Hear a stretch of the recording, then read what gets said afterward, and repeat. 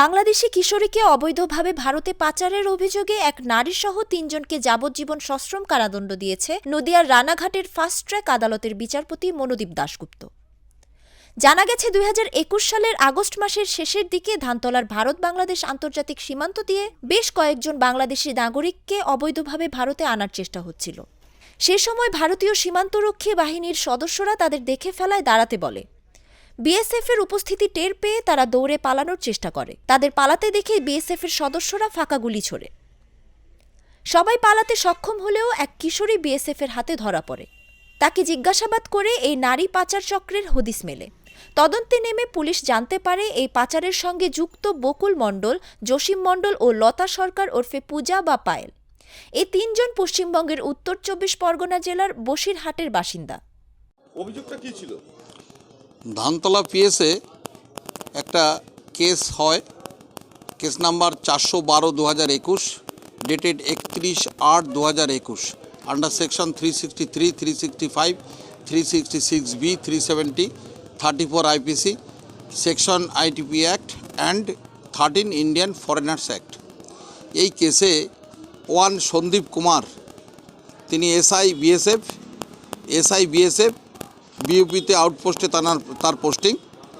সেই ভদ্রলোক যখন পেট্রোলিং ডিউটি করছিল তখন ওয়ান অবিনাশ কুমার এবং পঙ্কজ মিনা তাদের রোজকার ডিউটিতেও ছিল। দ্যাট টাইম ওরা দেখে যে বাংলাদেশ থেকে কিছু অজ্ঞাত পরিচয় ব্যক্তি তারা বর্ডার পার হয়ে এপারে ঢোকার চেষ্টা করছে। উনি 8 ব্যাটালিয়নে ছিলেন বিএসএফ। এইবার ওরা তাদের চেস করার পরে অধিকাংশ লোকরা তারা পালিয়ে যায়। তখন ওরা একটি মেয়েকে ধরে, মাইনর গার্ল। তাকে ধরার পরে মেয়েটি বিএসএফের কাছে ধরা পড়ার পরে বিএসএফ তাকে তাদের বিউপিতে নিয়ে আসে। বিউপিতে নিয়ে আসার পর তাকে যখন জিজ্ঞাসাবাদ করে সে তখন কনফেস করে যে আমাকে ওরা ইন্ডিয়াতে নাচের প্রোগ্রাম করার জন্য নিয়ে এসেছিলো ভুল বুঝিয়ে। আমি যখন জানতে পেরেছি যে আমি বিক্রি হয়ে যাচ্ছি তখন আমি সারেন্ডার করি বিএসএফের কাছে এবং সে সমস্ত ঘটনা বলে এবং ওকে তুলে দিচ্ছিল ওয়ান লতা। এই টোটাল র্যাকেটটা তৈরি হয়েছে বাংলাদেশে বসে। ওয়ান বাদশাহ বলে একজন লোক, সে হচ্ছে এই র্যাকেটের হেড অফ দ্য র্যাকেট। তিনি তার ওয়াইফকে দিয়ে এই মেয়েটিকে পাচার করছিল ইন্ডিয়াতে, ভুল বুঝিয়ে একটা নাচের প্রোগ্রাম করতে হবে। কিন্তু অ্যাকচুয়ালি তাকে বিক্রি করা হচ্ছিল পতিতাবৃত্তি করার জন্য। তাকে বাইরে বিক্রি করে দেওয়া হচ্ছিল ইন্ডিয়াতে বিক্রি করার চেষ্টা করছিল। তখন বিএসএফ তাকে তার ফোন ট্যাপ করে ওয়ান বকুল মণ্ডল এবং জসিম মণ্ডল এই দুজনকে অ্যারেস্ট করে ধানতলা পেট্রোল পাম্প থেকে। তারপরে ধানতলা থানা কেস রুজু করে, কেস স্টার্ট করে, ইনভেস্টিগেশনও অনেক দূর করে। In the meantime CID এই কেসের তদন্তভার গ্রহণ করে। এই কেসে আমাদের লার্নেড এফটিসি এডিজে কোর্টে এই কেসের ট্রায়াল হয়। 19 জন সাক্ষী সাক্ষ্যদান করে, তার মধ্যে বিএসএফ পার্সোনাল আছে অনেকেই, এবং তাদের সাক্ষ্যদান কোর্ট অ্যাকসেপ্ট করে। বিং স্যাটিসফাইড, কোর্ট গতকাল অর্থাৎ 3/1/2025 এই 3 জনকে দোষী সাব্যস্ত করে। আজকে তাদের সেন্টেন্স ঘোষণা করে এবং তাদের লাইফ ইমপ্রিজনমেন্ট দেয়। যাদের এই সাজা ঘোষণা হলো তারা কি ভারতীয়?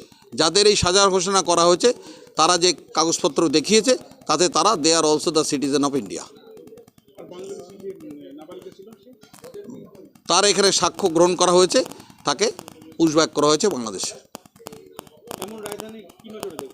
এই রায়দানটা অত্যন্ত সিআইডির ক্ষেত্রে অত্যন্ত দৃষ্টান্তমূলক রায়দান। সিআইডি রানাঘাট আদালতে এই প্রথম সিআইডির একটা কেসে লাইফার হলো এবং যে সমস্ত সেকশনে কোর্ট এই কেসে লাইফার দিয়েছেন তার মধ্যে 363-34 দিয়েছেন 7 ইয়ার্স 10,000 টাকা জরিমানা, 120B-তে দিয়েছেন লাইফ ইমপ্রিজনমেন্ট 10,000 টাকা জরিমানা, 365/34 দিয়েছেন 7 ইয়ার্স কনভিকশন 10,000 টাকা জরিমানা, 360B সাবক্লাস বি অ্যান্ড 34 দিয়েছে লাইফ ইমপ্রিজনমেন্ট 10,000 টাকা জরিমানা, 370 সাবক্লাস 4/34 দিয়েছে লাইফ ইমপ্রিজনমেন্ট এবং 10,000 টাকা জরিমানা। সমস্ত সাজা একই সঙ্গে চলবে। এই যেহেতু পাচারকারী শাস্তির একটা দৃষ্টান্তমূলক সাজা হলো এবং এর সমাজের কাছে বার্তা পৌঁছাবে।